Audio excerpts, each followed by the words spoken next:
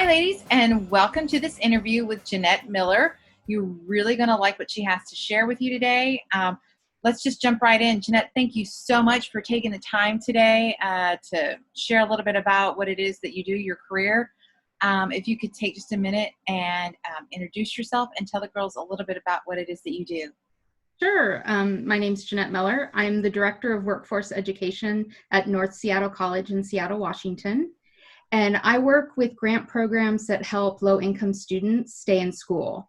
So we help pay for school, and then we also give them the coaching and support they need to stay in school so that they can find careers on the other end of their education. Oh, that's awesome. That sounds really actually kind of rewarding, getting to help students stay in school and everything. How did you find out about this kind of career? Is this something that you've done for years? Is it something you just fell into, or? I kind of fell into it. I was working with one of the grant programs at a local Goodwill job training center, and one of the colleges nearby launched the same program. So I moved over to the college to manage the program there, and then I've just kind of worked my way up. And now I'm the director at one of the colleges that I was a partner with at my old school. Awesome. And I've actually through several of these interviews that we've had, I find it very interesting that a lot of the women are saying, well, I just fell into it.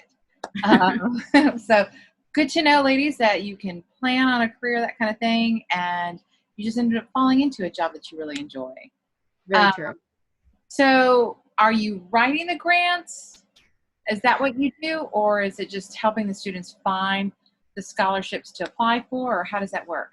Well, the grants are run through the state, through our state Department of Social and Health Services. So I write the grants to them, and then they give the money to the school. And then I supervise a staff of 14 people who are responsible for overseeing how the grants are distributed to the students.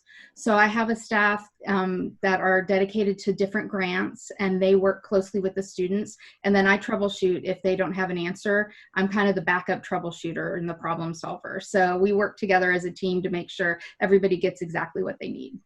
Awesome. And so then I can't imagine that like this is I'm going to go to college for this particular career kind of thing.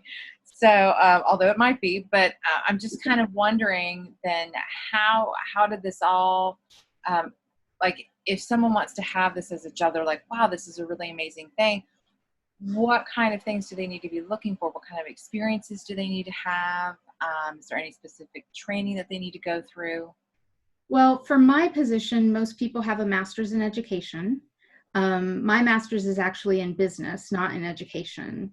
So, and I will be the first to tell you, it took me 17 years to get my associate's degree. Wow. I didn't know what I wanted to do. And I went to a bunch of different colleges and tried out a bunch of different things. I started as a music major and just kind of played around until I found psychology. And that was what I fell in love with.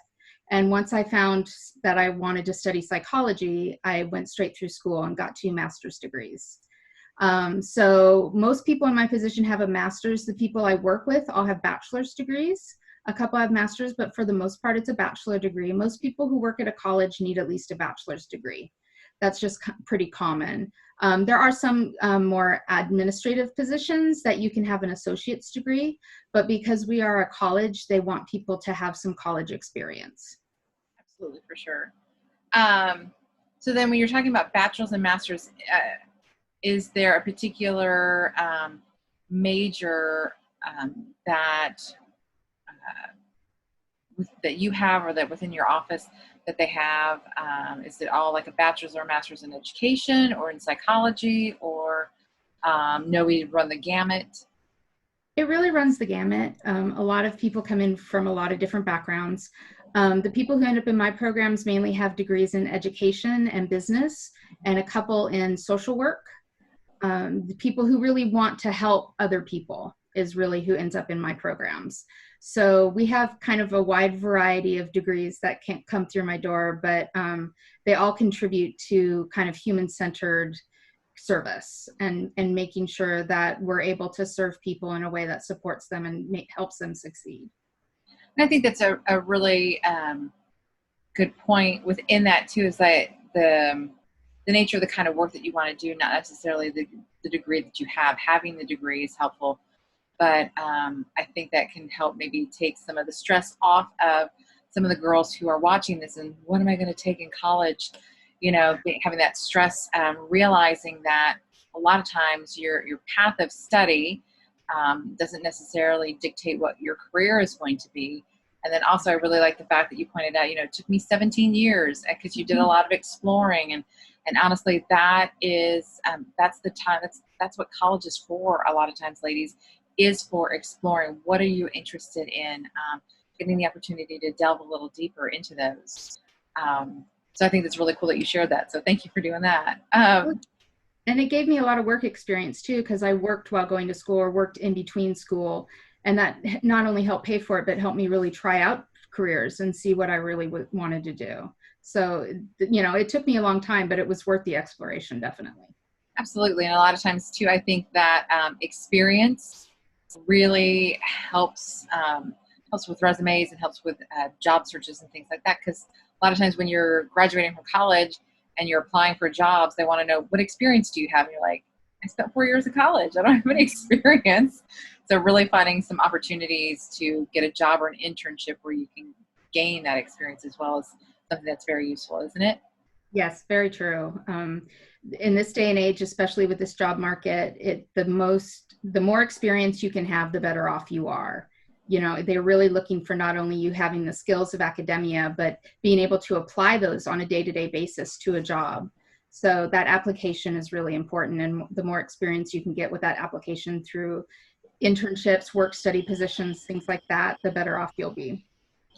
And since you work with helping students get scholarships, and we're talking about work experience and classwork and everything, would it be with your experience with those scholarships, does experience weigh into a candidate's, I don't want to use the word worthiness, but their likelihood to get a scholarship because they've got that experience, or no, they're looking solely on grades? What is it that they're kind of looking at?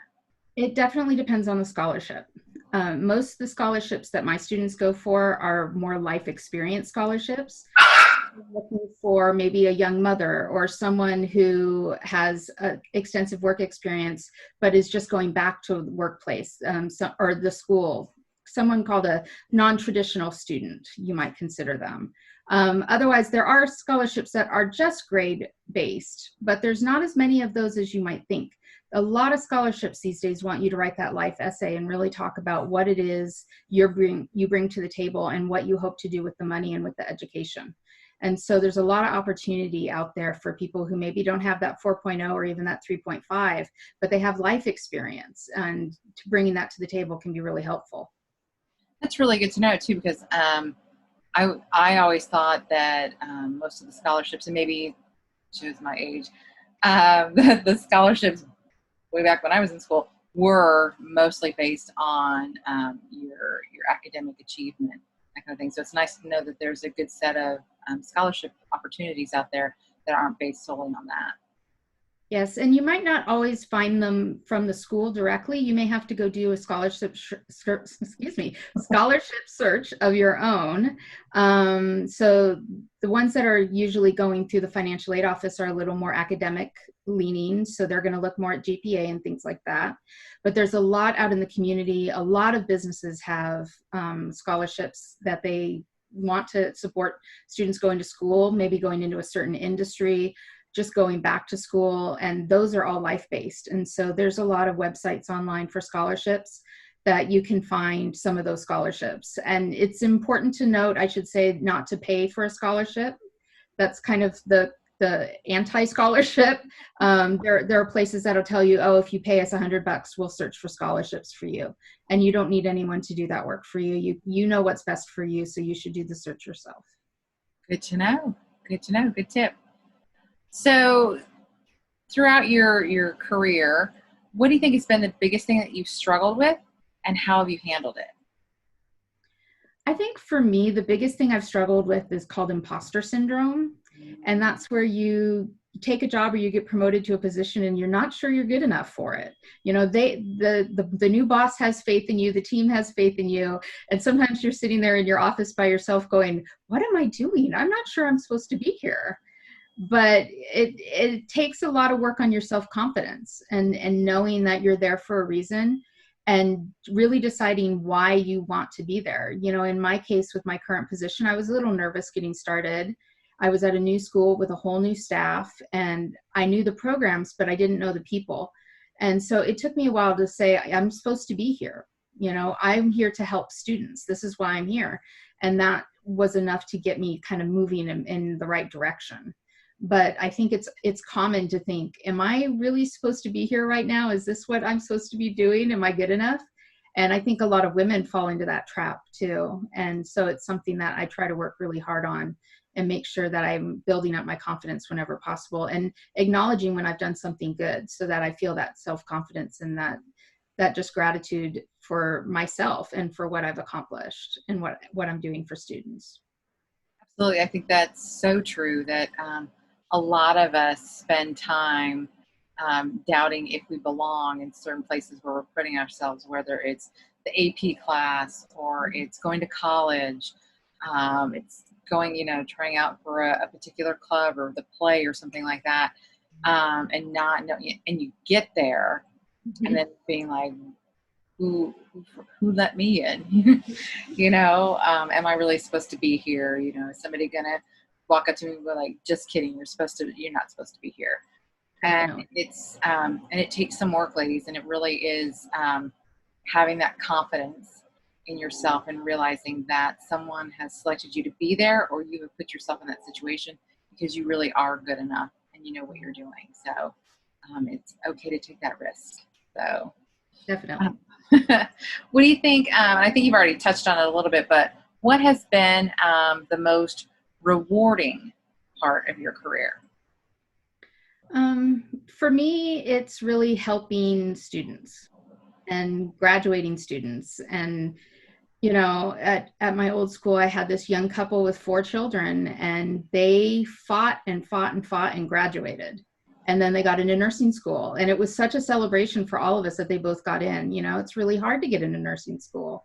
It takes a lot of work, and it's just those kinds of stories. I'm getting goosebumps just thinking about them.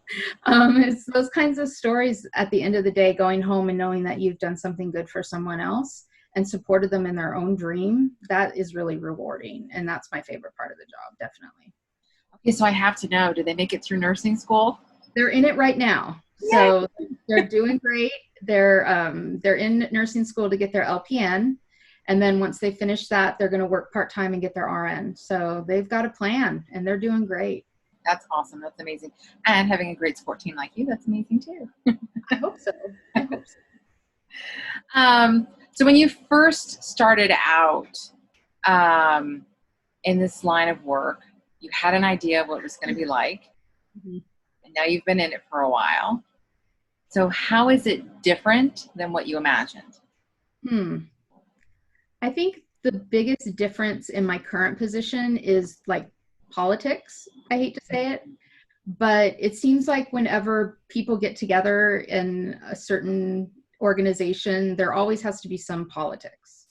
But and so it took me a little bit to figure out how they worked at the new school, and just kind of like who does what do I need to say to get what I need, that kind of thing. But I found really by being myself, I made a lot of friends. I got to know a lot of people, and I got to know a lot about the different jobs that were being done around me. And I feel really comfortable now in the scheme of things. And I don't feel like there's a lot of game playing. I try to be really upfront and honest, and people seem to be upfront and honest with me. And so I think that's one of the keys to figuring out kind of how those games get played, is by making sure you're staying true to yourself, and then whatever happens, happens. But it's too hard to track all the stuff that isn't true to you. It's too hard to track all that and try to figure out what you said to whom and all that stuff. So, and I find that most people are trying to be really honest on their own too. And so if I'm just forthright and just really forward with people, it seems to work out really well. That's a really good point that you bring up, because I mean, I don't care what career you have. There is office politics involved in it, and like your tip of just staying true to yourself, don't try to track playing the game or anything like that. All of that is just a lot to have to keep up with. And like you said, just ladies, it's out there. Knowing that it's out there is half the battle. And then just not playing those games.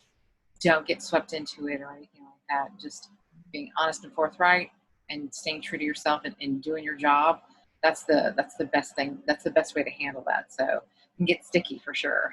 Definitely. Yes. Well, thank you so much, Jeanette, for taking the time to talk to us a little bit today. Ladies, be sure that you scroll down below the video. There's a written part of this interview. And then below that is going to be the comment section where you can leave any questions and comments for her. So thank you so much for taking the time today. We'll talk to you later. Bye-bye. Bye.